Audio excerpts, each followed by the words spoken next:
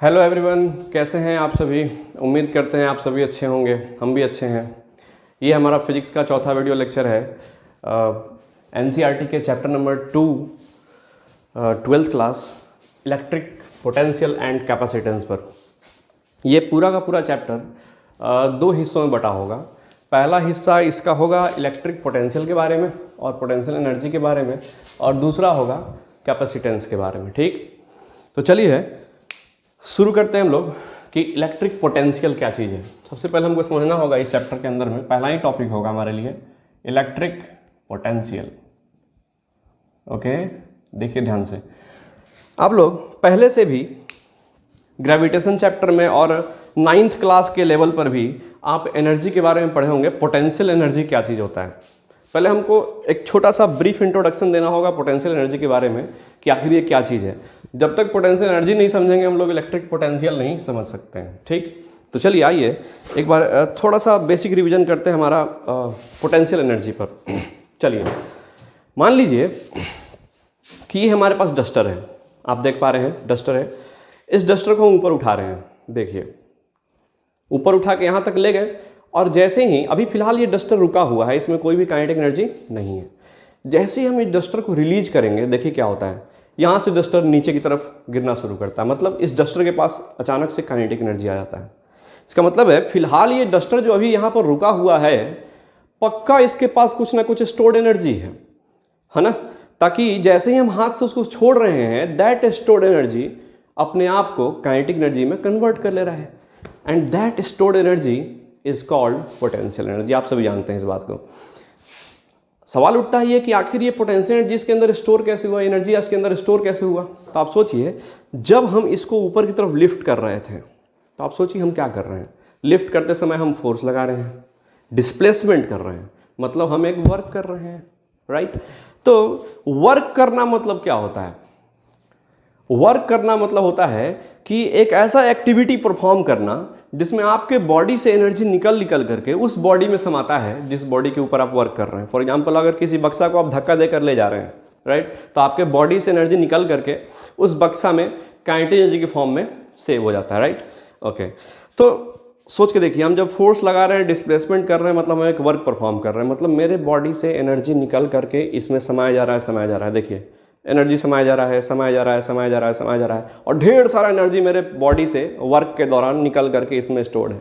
जैसे ही हम अपना हाथ रिलीज करेंगे, ये स्टोर एनर्जी अपने आप को काइनेटिक एनर्जी में कन्वर्ट कर लेगा। ओके, देखिए कैसे छोड़ते ही ये नीचे की तरफ रिलीज हुआ। That stored energy is called the potential energy. चूंकि ये पोटेंशियल एनर्जी ग्रेविटेशनल फील्ड में ऑब्जेक्ट के पोजीशन के कारण सेव हुआ है, इसलिए इसको हम लोग कहते हैं ग्रेविटेशनल पोटेंशियल एनर्जी। आप समझ में आ गया होगा पोटेंशियल एनर्जी स्टोर क्यों होता है। क्योंकि जब आप पोटेंशियल एनर्जी स्टोर कर रहे होते हैं तो आप एक वर्क परफॉर्म कर रहे होते हैं, राइट। आप उसको फोर्स लगा के डिस्प्लेसमेंट करा रहे होते हैं, मतलब वर्क कर रहे हैं। आपके बॉडी से एनर्जी निकल करके उस बॉडी में समाया जा रहा है जिस पे आप वर्क कर रहे हैं। वर्क का एक ही मीनिंग होता है, it's work is act of transference of energy. Work क्या होता है कि आप एक ऐसा एक्टिविटी कर रहे हैं जिसमें आपके बॉडी से एनर्जी निकल के उस बॉडी में समा रहा है जिस बॉडी के ऊपर आप वर्क कर रहे थे। तो देखिए, तो ढेर सारा एनर्जी समा रहा है ना, हमारे बॉडी से एनर्जी निकल के डस्टर में जा रहा है, और ढेर सारा एनर्जी यहाँ तक स्टोर्ड है। जैसे ही हम इसको छोड़ेंगे, that stored energy convert itself into kinetic. ये देखिए आया नीचे, that stored energy is called what? Potential energy. चूंकि ये ग्रेविटेशनल फील्ड में स्टोर हुआ है पोजीशन के कारण, तो हम इसको कहते हैं ग्रेविटेशनल पोटेंशियल एनर्जी, राइट। उस तरह से मान लीजिए कि आपके पास एक स्प्रिंग है, मान लीजिए एक स्प्रिंग है, राइट। अब क्या करते हैं आप एक इस स्प्रिंग को दबाते हैं, ऐसे दबाते हैं तो करके ये स्प्रिंग कंप्रेस हो जाता है। ऐसे दबाएं, स्प्रिंग क्या हो गया? कंप्रेस हो गया। तो सोचिए, जैसे ही आप इसको रिलीज करिएगा, ये स्प्रिंग भंग से भाग के बाहर आएगा, राइट। तो सोच के देखिए कि आखिर ये स्प्रिंग बाहर भागा क्यों, इस स्प्रिंग के पास काइनेटिक एनर्जी आया कैसे? ठीक, भागा मतलब इसके पास काइनेटिक एनर्जी था, आखिर वो काइनेटिक एनर्जी आया कैसे? आप सोच के देखिए, हम दबा रहे हैं, दबा के यहाँ तक दबाए हुए हैं और यहाँ हाथ रखे हुए हैं, फिलहाल तो ये नहीं भाग रहा है, फिलहाल तो इसके पास काइनेटिक एनर्जी नहीं है। जैसे ही छोड़ रहे हैं, इसके पास काइनेटिक एनर्जी आ जा रहा है, राइट। मतलब जब हम इसको दबा रहे थे, शायद उस समय कुछ ना कुछ एनर्जी इस स्प्रिंग में जा करके उसके कॉन्फ़िगरेशन की फॉर्म में स्टोर हो गया था। क्यों? क्यों एनर्जी स्टोर हुआ था कि सोच के देखिए, क्योंकि जब हम दबा रहे थे तो हम फोर्स लगा रहे थे, डिस्प्लेसमेंट कर रहे हैं, मतलब हम एक मैकेनिकल एक्टिविटी कर रहे हैं, मतलब एक वर्क परफॉर्म कर रहे हैं, जिसमें मेरे बॉडी से एनर्जी निकल के कहाँ समाया जा रहा है स्प्रिंग में, ये देखिए समाया जा रहा है, ओह ढेर सारा एनर्जी यहाँ तक समाया हुआ है। जैसे ही हम अपने हाथ को रिलीज करेंगे, ये स्टोर्ड एनर्जी अपने आप को काइनेटिक में कन्वर्ट करेगा और ये भूम से बाहर की तरफ भागेगा। That stored energy is again क्या, पोटेंशियल एनर्जी। चूंकि ये एनर्जी स्प्रिंग के अंदर स्टोर हुआ है, इसलिए हम कहते हैं स्प्रिंग पोटेंशियल एनर्जी, राइट और। तो देखिए यहाँ एनर्जी, पोटेंशियल एनर्जी पोजीशन के कारण स्टोर हुआ था, यहाँ पोटेंशियल एनर्जी कन्फिगरेशन के कारण स्टोर हुआ है, करेक्ट। उसी तरीका से आप जरा सोच के देखिए, मान लीजिए कि यहां पर एक चार्ज रखा हुआ है, लोग इसको सोर्स चार्ज कहते हैं। सोर्स चार्ज मींस वैसा चार्ज जो अपने चारों तरफ इलेक्ट्रिक फील्ड क्रिएट करेगा, ठीक है। अब जरा देखेंगे आप, और एक बहुत दूर के पॉइंट पर, इन्फिनिटी के पॉइंट पर एक दूसरा चार्ज रखा है Q नॉट, और माफी चाहते हैं दिख नहीं रहा होगा, इन्फिनिटी के पॉइंट पर एक चार्ज रखा हुआ है Q नॉट, राइट। तो अब सोचिए इन्फिनिटी हमने क्यों सिलेक्ट किया, इन्फिनिटी हमने इसलिए सिलेक्ट किया क्योंकि फिलहाल इस चार्ज को, इस Q नॉट चार्ज को इस वाले सोर्स चार्ज के प्रभाव क्षेत्र से बाहर रखा गया है। इन्फिनिटी का पॉइंट यही का मतलब यही होता है कि आप उस बिंदु पर खड़े हैं, इन्फिनिटी पर खड़े होने का मतलब होता है आप उस बिंदु पर खड़े हैं जो उस सोर्स चार्ज के प्रभाव क्षेत्र से बाहर है, राइट। तो अब सोच के देखिए, जब हम जैसे ही इस Q चार्ज को इन्फिनिटी से नजदीक लाना शुरू करेंगे, मतलब ये Q नॉट चार्ज उस सोर्स चार्ज के प्रभाव क्षेत्र में, कांटेक्ट में नहीं, प्रभाव क्षेत्र में आना शुरू कर देगा। जैसे ही प्रभाव क्षेत्र में आना शुरू करेगा, वो मान लीजिए दोनों पॉजिटिव चार्ज तो उसको रिपेल करेगा। आप सोच के देखिए, वो इसको जैसे ही इन्फिनिटी से अंदर गए, वो इसको रिपेल कर रहा है, आप इसको जबरदस्ती ले गए, चलो चलो चलो चलो उधर चलो उधर चलो उधर चलो, यहाँ तक जबरदस्ती लेके आए, यहाँ तक ढकेलते हुए। तो आप सोचिए इस दौरान आप क्या किए, आप इस चार्ज पर बहुत सारा फोर्स लगाए, डिस्प्लेसमेंट किए, राइट।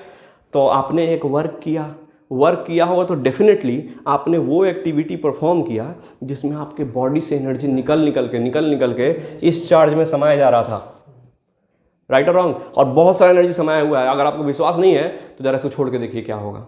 जैसे ही आप इसको यहाँ से हाथ हटाएंगे, ये चार्ज घन से भाग जाएगा उधर, राइट। तो इसका मतलब है काइनेटिक एनर्जी आया, इसका मतलब कोई ना कोई एनर्जी था जो अपने आप को काइनेटिक में कन्वर्ट किया। कहाँ से आया वो एनर्जी उसके पास, हमने जो वर्क किया वही इसके अंदर क्या हुआ था, स्टोर हुआ था, राइट। तो अब सोच के देखिए, इन्फिनिटी से Q नॉट चार्ज को आप लाए जा रहे हो, खूब फोर्स लगाकर, खूब डिस्प्लेसमेंट करके, खूब वर्क करके, मतलब खूब सारा एनर्जी इस Q नॉट चार्ज में ट्रांसफर करके ला रहे हो आप, और यहाँ तक लाए हुए हो। जैसे ही हाथ हटाएंगे, वो स्टोर्ड एनर्जी अपने आप काइनेटिक में कन्वर्ट करेगा। Actually that stored energy is called potential energy. Again, चूंकि ये इलेक्ट्रिक पोटेंशियल एनर्जी बोलेंगे, तो क्यों, क्योंकि इलेक्ट्रिक फील्ड में स्टोर हुआ है। आपको मालूम है चारों तरफ क्या है, इलेक्ट्रिक फील्ड है। तो चूंकि ये पोटेंशियल एनर्जी इलेक्ट्रिक फील्ड में स्टोर हुआ है, इसलिए इसको कहा जाएगा इलेक्ट्रिक पोटेंशियल एनर्जी। क्या कहा जाएगा,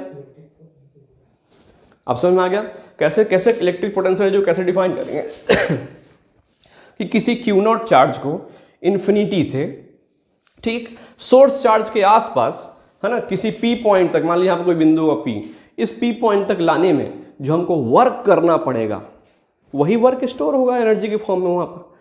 तो जो वर्क करना पड़ेगा वही वर्क यहाँ पर इन दोनों चार्ज के लिए क्या कहलाएगा, पोटेंशियल एनर्जी कहलाएगा, ठीक। बट हमको पढ़ना है पोटेंशियल के बारे में। किसके बारे में पढ़ना है हम लोग को, पोटेंशियल एनर्जी नहीं पढ़ना, एनर्जी के बाद में देखेंगे हम लोग, पहले हमको पढ़ना है पोटेंशियल के बारे में। तो आपको याद होगा ग्रेविटेशन चैप्टर में भी आप बात किए थे, gravitational potential is equal to होता है gravitational potential energy per unit mass, ठीक। ग्रेविटेशन चैप्टर में हम लोग ये पढ़े हुए हैं कि ग्रेविटेशनल पोटेंशियल क्या होता है, gravitational potential energy per unit मास। उसी तरह से यहां पर इलेक्ट्रिक पोटेंशियल बराबर डिफाइन किया जाता है electric potential energy per unit charge, ठीक है।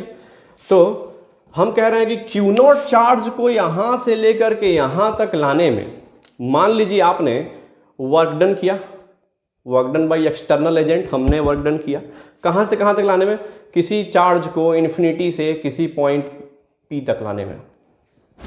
बात सही है, इस क्यू नॉट चार्ज को इन्फिनिटी से किसी पी पॉइंट तक लाने में हमने कितना, एक्सटर्नल एजेंट ने कितना वर्क किया, WEXT वर्क हुआ, right.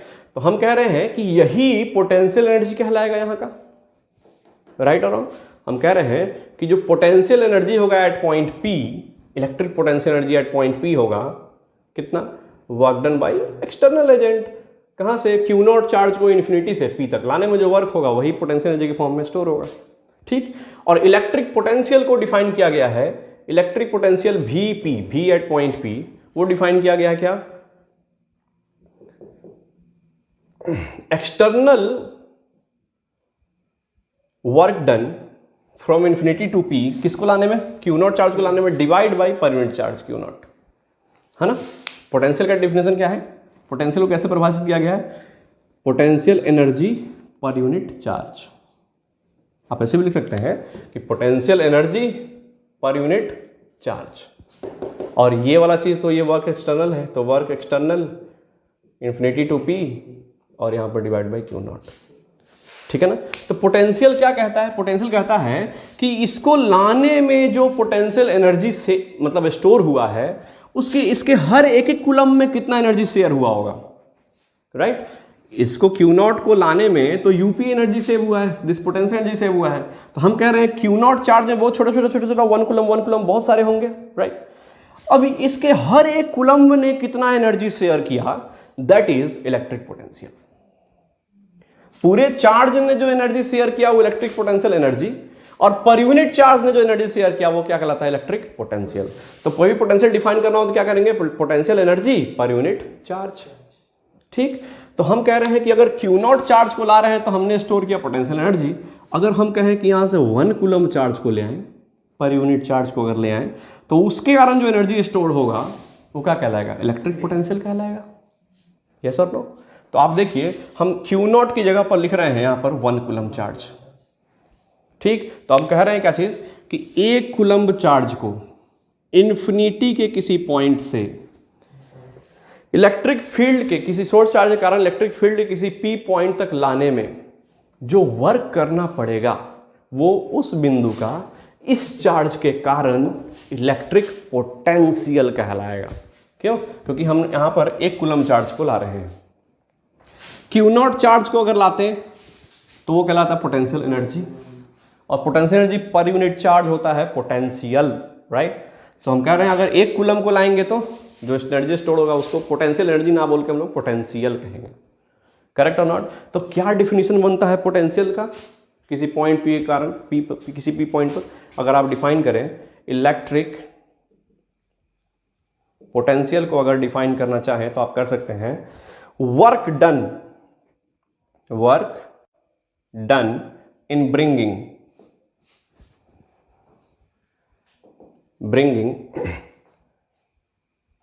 unit positive test charge from infinity to any point P in electric field, okay, without any acceleration is called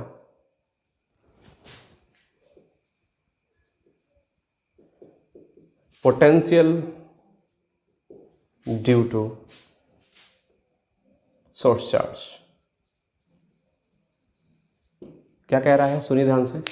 1 coulomb charge को आप लाओगे तो डेफिनेटली फोर्स लगाओगे, डिस्प्लेसमेंट करोगे, वर्क डन करोगे, एनर्जी ट्रांसफर करोगे, इसका मतलब है तो वो एनर्जी स्टोर होगा।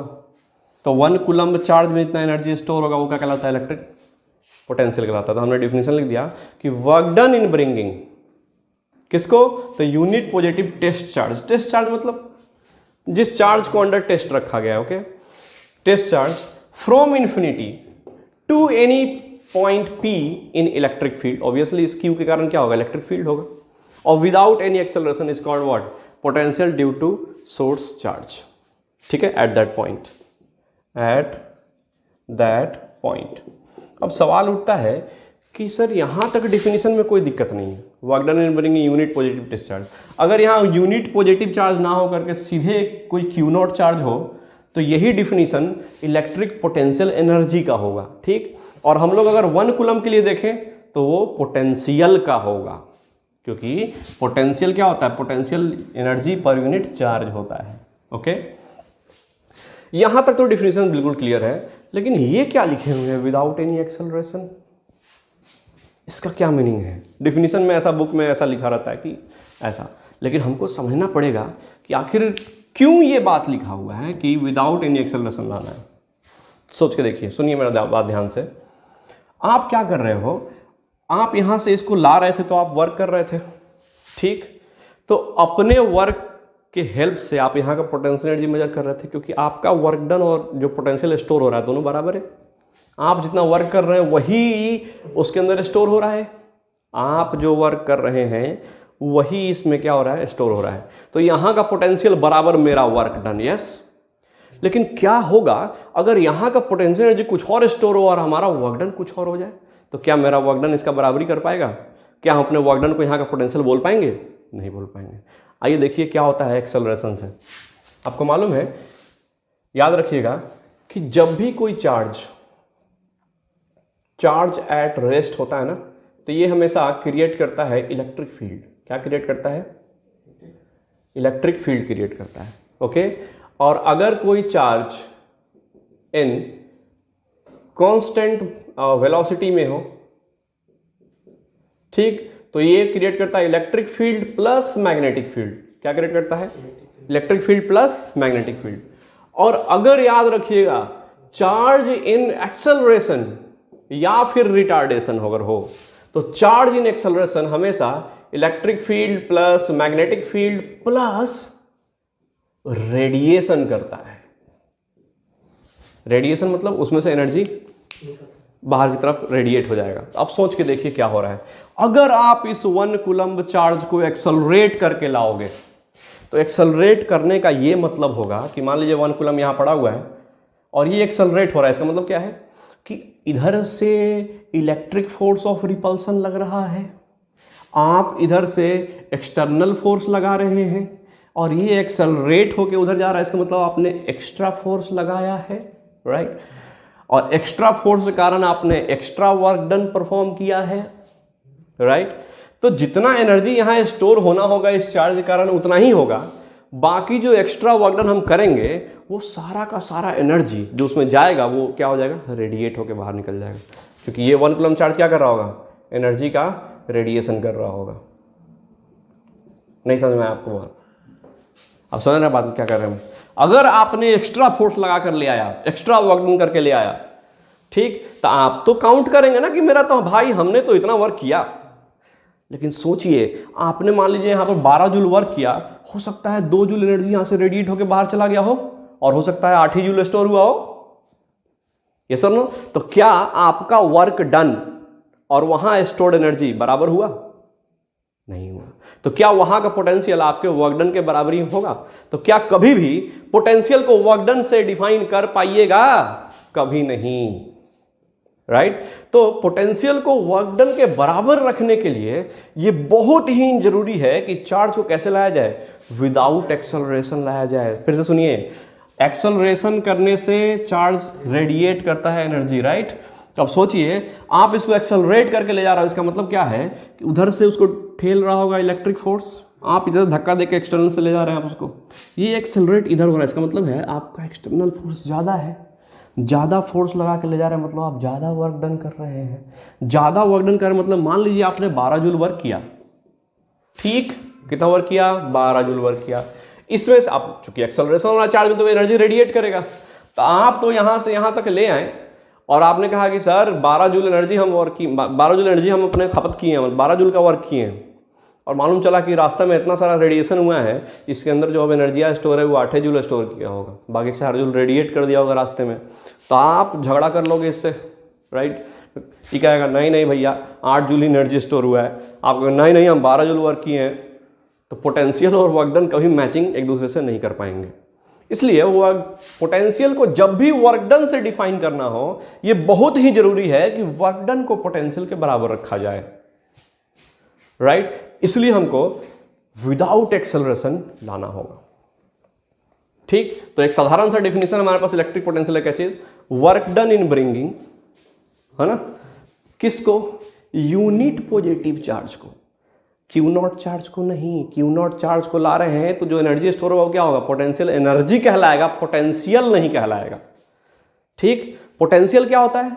Potential energy per unit charge, right? मतलब एक कूलम चार्ज की बात करें तो पोटेंशियल बोला जाएगा, और क्यू नॉट चार्ज होगा तो हम बोलेंगे क्या चीज?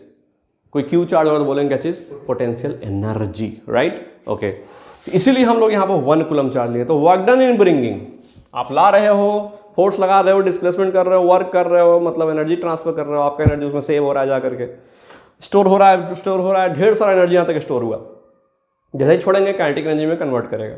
That stored energy is called what? Potential due to that 1 coulomb charge. Yes और नो? तो हमने लिख दिया work done in bringing unit positive test charge from infinity to any point P in electric field without any acceleration is called potential due to source charge at that point. मतलब यहां का potential कहलाएगा इस charge के कारण, this is the creator, समझ में आ रहा है? वो सोर्स चार्ज है, करेक्ट? तो this is the very small definition, यानी कि पोटेंशियल बराबर जब भी आपको बात करना हो पोटेंशियल एट P बराबर, तो ये सिंपल फॉर्मूला होगा कि work done by external agent, है ना, इन ब्रिंगिंग ऑफ यूनिट चार्ज, तो क्यू नॉट से डिवाइड कर दोगे आप। यस और नो? क्यू नॉट चार्ज को ला रहे हो तो W वर्क किए, तो यूनिट चार्ज को लाओगे तो W by Q not.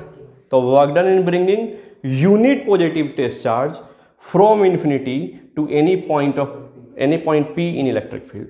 This is the basic formula of what? Electric potential. ध्यान रखिएगा, इसके बारे में कहा जाता है ये एक क्या है? स्केलर क्वांटिटी है, और इसका जो एसआई यूनिट होने वाला है, आप बताओ जरा, वर्क का जूल कूलम, ये हो जाएगा जूल पर कूलम या फिर क्या? वोल्ट। एसआई यूनिट हो जाएगा जूल पर कूलम या फिर वोल्ट। अब चाहें तो 1 वोल्ट को भी डिफाइन कर सकते हैं यहाँ से ऐसे कि 1 कूलम चार्ज को लाने में अगर 1 जूल वर्क करना पड़े तो उस पॉइंट का पोटेंशियल 1 वोल्ट कहलाता है। खैर उसके बारे में बाद में बात करते हैं, आप इसको जल्दी से नोट कर लीजिए और फिर हम इसके आगे डिस्कस करते हैं। वीडियो को पॉज कीजिए और नोट डाउन कर लीजिए। हमारा अगला टॉपिक है पोटेंशियल के बारे में। हम लोग बेसिक बात समझ चुके हैं कि potential due to any charge at point P in electric field is equal to होता है work done by external force in bringing of unit positive test charge divide by Q naught from infinity to any point P of electric field. ये basic definition है। इसी definition का इस्तेमाल हम लोग करेंगे पोटेंशियल ड्यू टू चार्ज के expression को डिराइव करने के लिए। ठीक, सुनिएगा ध्यान से।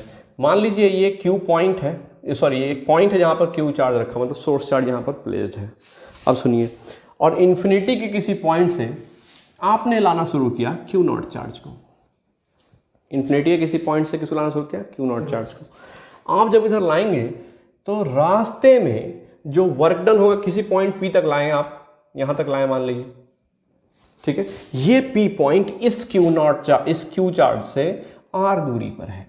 ठीक, आपको इसी बिंदु पर इस चार्ज के कारण पोटेंशियल ज्ञात करना है। ठीक, तो देखिए ध्यान से देखिए, आपको इस रास्ते में किया गया वर्क डन कैलकुलेट करना होगा, करेक्ट। तो वर्क डन कैसे निकलेगा? मान लीजिए कि रास्ते में जब ये आ रहा था तो बीच में थोड़ा सा उसको पॉज करके देखिए, ये रहा क्यू नॉट चार्ज, इस पे 2 फोर्सेस लग रहे थे।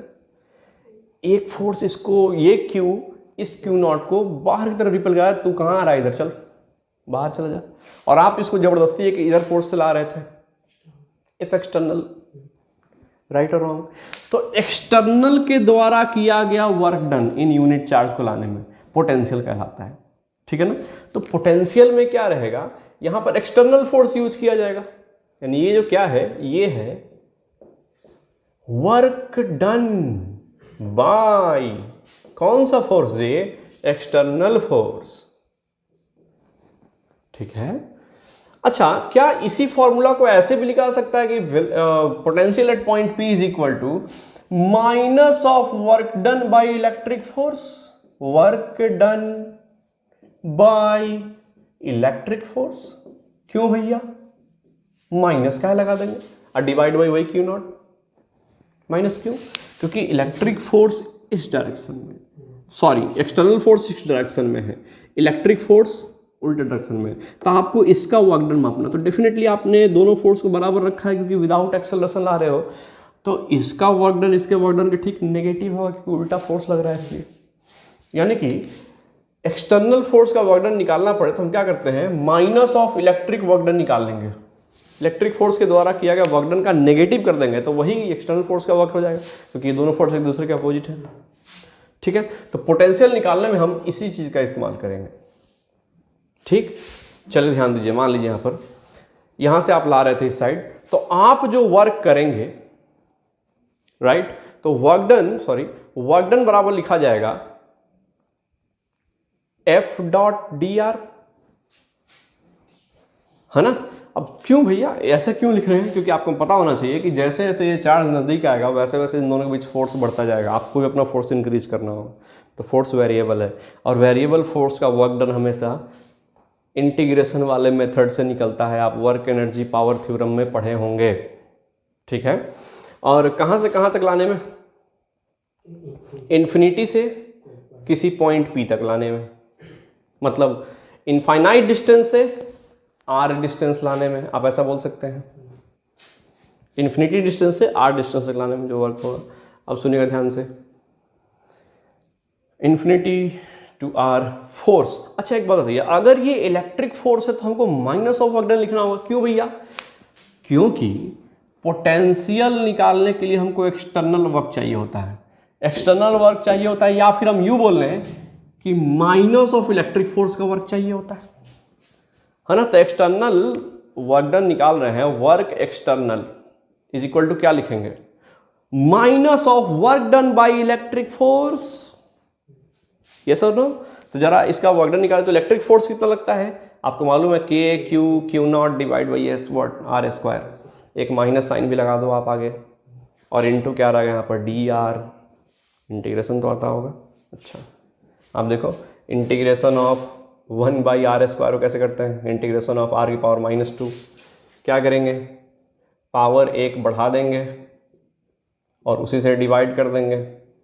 कितना आ रहा है ये आ रहा है इंटीग्रेट होकर के, इंटीग्रेट के बाद ये जो आएगा कितना आएगा, दैट इज आर की पावर -1 डिवाइड बाई -1, यानी कि आ रहा है -1 बाई आर, है ना।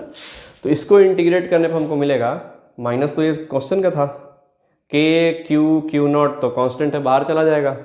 इंटीग्रेशन ऑफ 1 ये है r to the power -2 into d r, infinity से r तक। ठीक, चलिए देखिए ध्यान से, that is minus k Q naught, r की पावर -2 का इंटीग्रेशन हो जाएगा r की पावर -1 डिवाइड बाई -1, और लिमिट कहाँ से कहाँ डाल देंगे, इन्फिनिटी टू r। ये -1 ये माइनस कंपनसेट हो जाएगा, तो आपको मिलने वाला है कि q naught divided by what, 1 by r, माफी चाहते हैं 1 बाई आर, और लिमिट इन्फिनिटी से, पहले अपर लिमिट डालेंगे फिर लोअर लिमिट डालो आप जरा, के Q not into upper limit डालते आर की जगह आर डालो आप, 1 बाई आर हो जाएगा, माइनस अब आर की जगह इन्फिनिटी डालोगे 1 बाई इन्फिनिटी हो जाएगा, ये तो जीरो ही हो गया, 1 by infinity zero, so you get K Q naught divide by R, right. So this is what, work done by external force, correct. Work done by external force बराबर क्या होगा, electric force के work done का negative. तो आपने work done by external निकाल दिया। अब आप बताओ पोटेंशियल एट पॉइंट पी कैसे निकलेगा, तो एक्सटर्नल फोर्स के द्वारा किया गया वर्क डन, है ना, कहां से कहां तक लाने में, इन्फिनिटी से पी तक लाने में, और divided by per unit charge.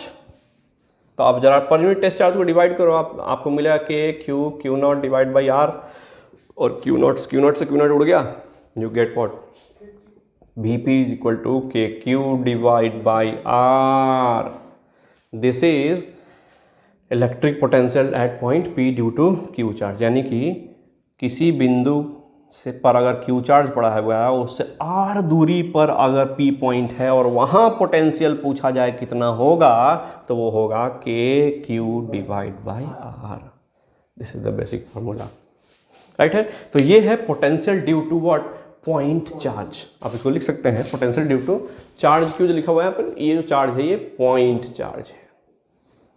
Yes, याद कीजिए potential due two point charge का फॉर्मूला क्या होता है, के क्यू डिवाइड बाई आर। याद रखिएगा स्केलर क्वांटिटी है, आपको ज़्यादा direction I cap J cap का खेल खेलना नहीं होगा इसमें, ओके, ज़्यादा टेंशन नहीं होगा। आप वीडियो को पॉज करें और जल्दी से नोट डाउन करें, फिर हम इस पर कुछ कुछ क्वेश्चंस देखते हैं। सो आपके पास एक छोटा सा एग्जाम्पल है इस फॉर्मूला के आधार पर कि किसी क्यू चार्ज से आर दूरी पर पी पॉइंट पर जो इलेक्ट्रिक पोटेंशियल वीपी होता है वो होता है के q divide by r. R is the distance between the charge and the point and q is the charge. के बारे में आपको मालूम है ना। चलिए याद रखिएगा, ये सिर्फ सिंगल चार्ज के लिए लिखा था, इलेक्ट्रिक पोटेंशियल सिर्फ सिंगल चार्ज के लिए होता है और potential energy system of charge के लिए होता है, उसको हम लोग बाद में डिस्कस करते हैं। चलिए देखिए, कह रहा है यहाँ पर एक क्यू चार्ज, यहाँ पर एक 2q चार्ज है और दोनों के बीच में कहीं एक पॉइंट P है जो इसके पूरे दूरी को 1:2 हिस्सों में बांट रहा है। आपसे पूछा गया इस P पॉइंट का पोटेंशियल कितना होगा, ठीक।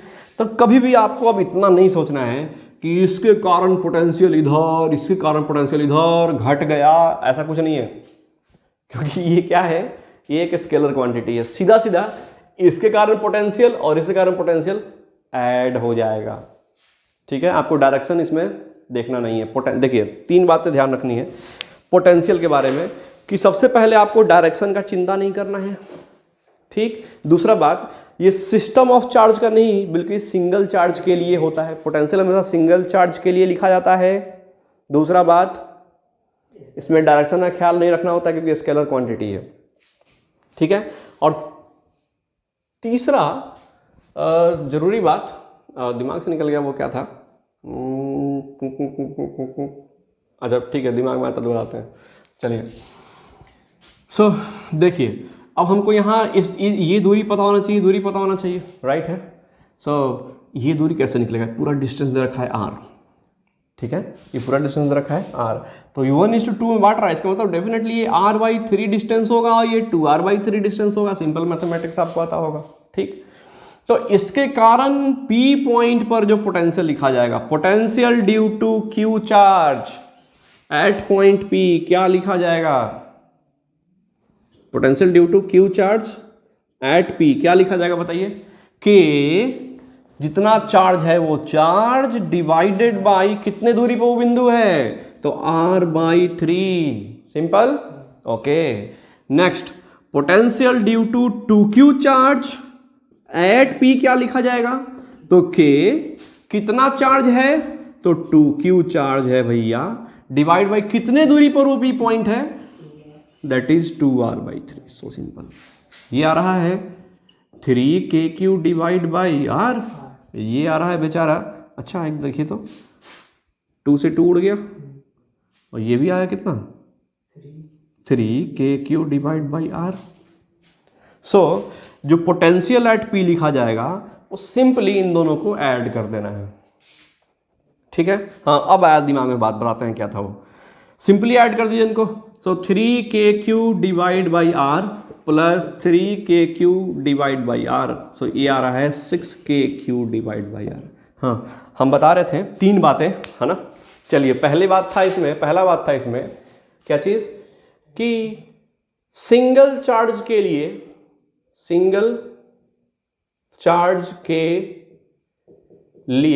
क्या लिखा जाता है, पोटेंशियल होता है, सिस्टम ऑफ चार्ज के लिए नहीं होता है। आप लिख दीजिए, फरिया के लिखे पूरा, ठीक। और थोड़ा सा आप मैनेज कर लीजिएगा, सिस्टम ऑफ चार्ज के लिए नहीं होता है, पहला पॉइंट। इसको लिख इसलिए रहे, मान लीजिए फिर बगल बाद में भूल गया तो दिक्कत होगा, फिर आप कहोगे सर हमेशा भूल ही जाते हैं। दूसरा पॉइंट, हाँ डायरेक्शन का ख्याल, अगर हम ख्याल से ही लिखें तो नहीं रखना है, डायरेक्टली सीधा ऐड, बिना झंझट का, मतलब आप कह सकते हैं नो झंझट, ओके, नो झंझट। तीसरा पॉइंट कह रहा है चार्ज को हमेशा साइन के साथ रखा जाएगा। अगर यहां पर माइनस क्यू चार्ज होता तो आपको यहां पर माइनस क्यू रखना, 2q रखना होता, और यहां पोटेंशियल भी क्या होता, नेगेटिव आता। याद रखिएगा, पॉजिटिव चार्ज के कारण, पॉजिटिव चार्ज के कारण p दूरी पर जो पोटेंशियल होगा वो पॉजिटिव होगा, और नेगेटिव चार्ज के कारण p दूरी पर जो पोटेंशियल होगा वो नेगेटिव होगा। ध्यान रखिएगा। तो हम कह रहे हैं चार्ज को हमेशा क्या करना है, साइन के साथ पुट करना है। क्यों? पहले तो नहीं होता ऐसा, क्योंकि पहले हमारे पास वेक्टर था, डायरेक्शन वो संभाल लिया करता था, लेकिन अब क्या है, यहां पर डायरेक्शन का ख्याल तो रखना नहीं है, तो फिर चार्ज के साइन का आपको ख्याल रखना होगा। ये 3 बातें हैं, आपको ध्यान रखना है। सिंगल चार्ज का लिखा जाएगा, सिस्टम ऑफ चार्ज के लिए पोटेंशियल नहीं होता है, सिंगल चार्ज के लिए होता है। दूसरा, डायरेक्शन का ख्याल नहीं रखना, मतलब नो झंझट। और तीसरा, चार्ज हमेशा साइन के साथ पुट करना है। ठीक, तो ये एक बेसिक सवाल था। कितना आंसर आया, 6k³ डिवाइड बाई आर। अच्छा, एक और उदाहरण हो सकता है आपके लिए, सिंपल सा। मान लीजिए कि स्क्वायर है और स्क्वायर के कॉर्नर्स पे चार्जेस रखे हुए हैं। यहाँ देखिए, मान लीजिए यहाँ पर Q charge, Q charge, Q charge और क्यू चार्ज, और ये जो स्क्वायर है इसका साइड लेंथ है a दे रखा है। ठीक, a सब a दे रखा है। आपसे पूछा गया कि स्क्वायर के ठीक सेंटर पर, सेंटर ऑफ स्क्वायर मतलब जो डायगोनल का इंटरसेक्शन होगा वहां पर, इस पॉइंट P पर आपसे पूछा गया भैया VP कितना होता हो। ठीक, ये VP हमको निकालना है। कैसे VP कैलकुलेट होगा, तो सिंपल, एकदम साधारण, इस चार्ज के कारण यहां पोटेंशियल लिखना होगा, इस चार्ज का पोटेंशियल, इस चार्ज का पोटेंशियल और इस चार्ज का पोटेंशियल लिख के सबको ऐड। चलिए फिर देखिए, तो पोटेंशियल लिखने के आपको तो डिस्टेंस मालूम होना चाहिए। कितना है ये डिस्टेंस, धात तेरी के, स्क्वायर का विकर्ण कितना होता है भैया, ये तो भुलाइए गए हम तो, है ना, राइट। कितना होता है बताइए।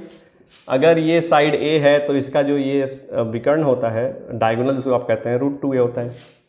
तो इस √2a का आधा जो होगा वो √2 डिवाइड बाई 2a होगा, और √2 डिवाइड बाई 2 इंटू a को मतलब आप इसे लिख सकते हैं 1a डिवाइड बाई √2, √2 बार में कट जाएगा। यानी कि यहाँ से लेके यहाँ तक का जो डिस्टेंस है ये a बाई √2 है।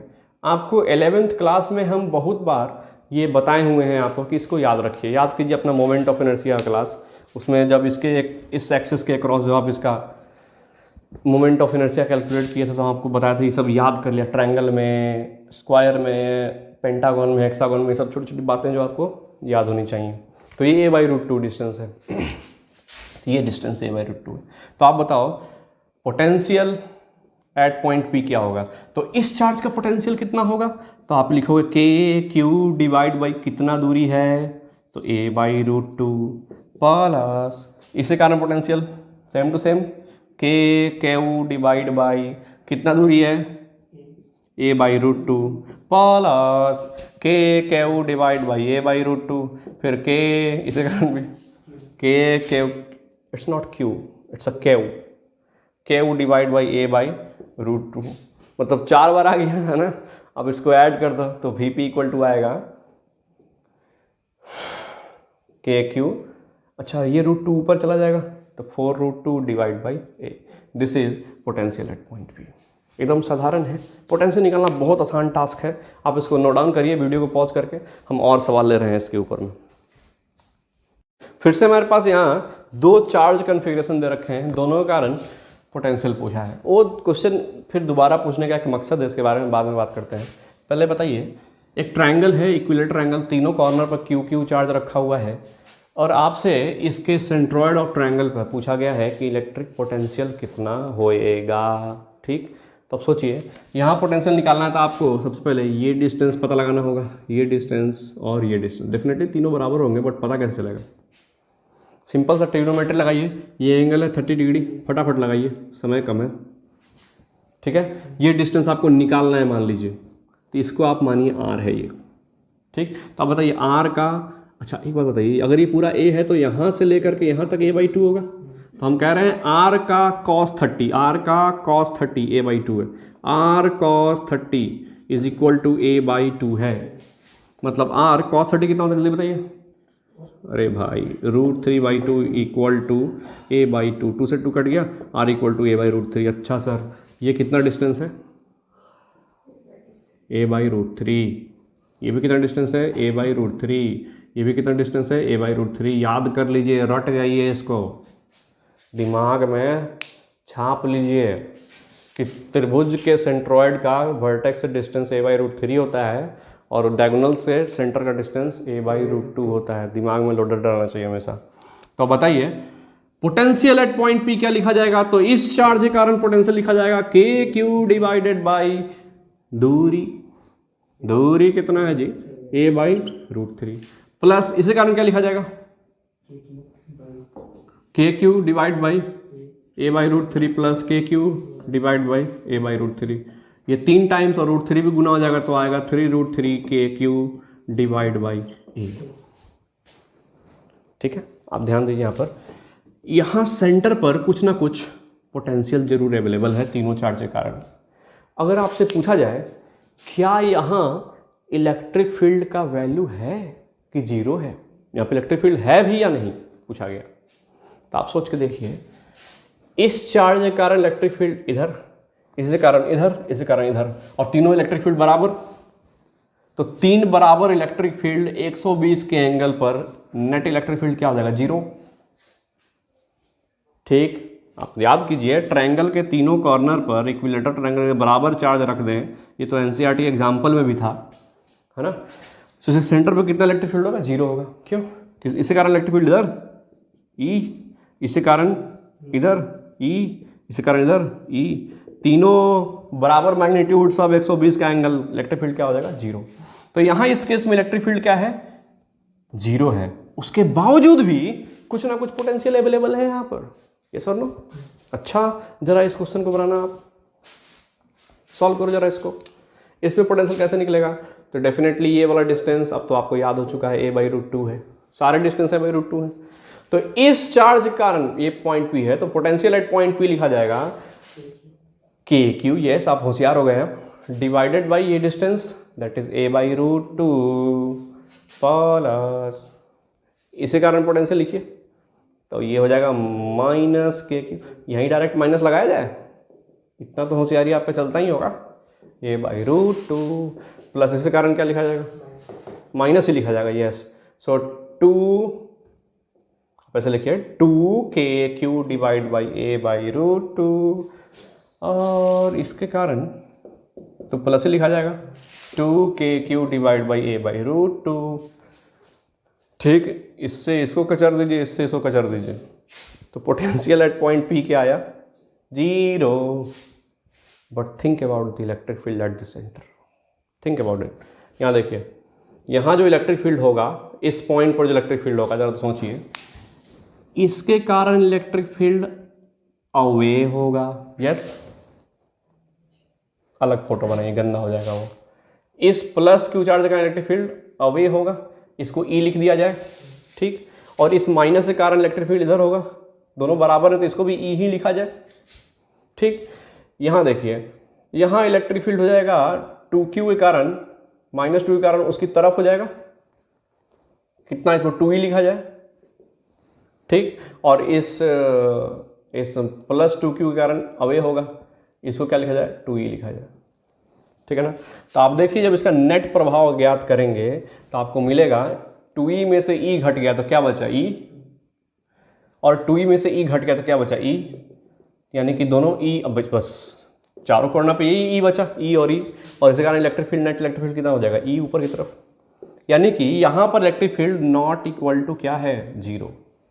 यानी कि आपको दुनिया में ऐसे भी कॉन्फ़िगरेशन मिल सकते हैं, ऐसे भी पॉइंट आपको नसीब हो सकते हैं जहां पर इलेक्ट्रिक फील्ड जीरो रहते हुए भी यू गेट सम पोटेंशियल, और ऐसे भी पॉइंट आपको नसीब हो जाएंगे, इतना बड़ा स्पेस में कहीं ना कहीं ऐसा ही पॉइंट आपको मिल सकता है जहां पर इलेक्ट्रिक फील्ड होते हुए भी पोटेंशियल क्या है? जीरो। ओके, तो इलेक्ट्रिक फील्ड है फिर भी पोटेंशियल जीरो हो सकता है। इलेक्ट्रिक फील्ड जीरो है फिर भी पोटेंशियल हो सकता है ना। तो ये बात कभी ये मान लीजिए आपसे कोई क्वेश्चन पूछे कि अगर किसी पॉइंट पर इलेक्ट्रिक फील्ड जीरो है तो क्या वहां पोटेंशियल होगा, तो आप कहेंगे अरे इलेक्ट्रिक फील्ड जीरो है तो वहां पर कोई वर्क डन फोर्स नहीं लगेगा, वर्क डन नहीं होगा, पोटेंशियल, हाँ सर पोटेंशियल जीरो होगा, लेकिन ये गलत बात होगा, है ना। क्यों? क्योंकि आपके पास एक ऐसे पॉइंट मिल सकते हैं इलेक्ट्रिक फील्ड जीरो हो उसके बावजूद भी you get somewhat potential. बस इस क्वेश्चन के जरिए हम यही मकसद दिखाने वाले थे कि जो पॉइंट पॉसिबल पॉइंट्स क्या क्या हो सकते हैं, possible POSIBLE, is it correct है spelling? Double S sorry, possible points. चलिए पॉसिबल पॉइंट्स क्या हो सकते हैं, जहां potential not equal to zero हो और इलेक्ट्रिक फील्ड क्या हो, जीरो हो।